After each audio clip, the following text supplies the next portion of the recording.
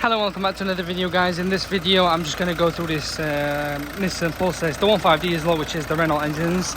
If you're getting the P0470, forget the rest, just that one. I'm going to kind of tell you where the location is and how to fix it, in other words. On this engine, 1.5 diesel, it is to be found here. This is the sensor. I would get OEM, so I mean, there we are.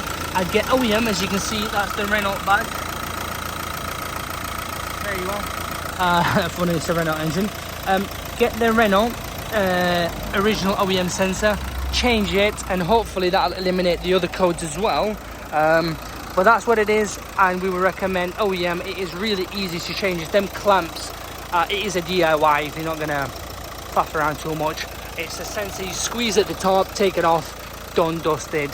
But that's that, and that's that fault code which says TBN upstream pressure sensor circuit 1 DPF. That's that one. All right, guys.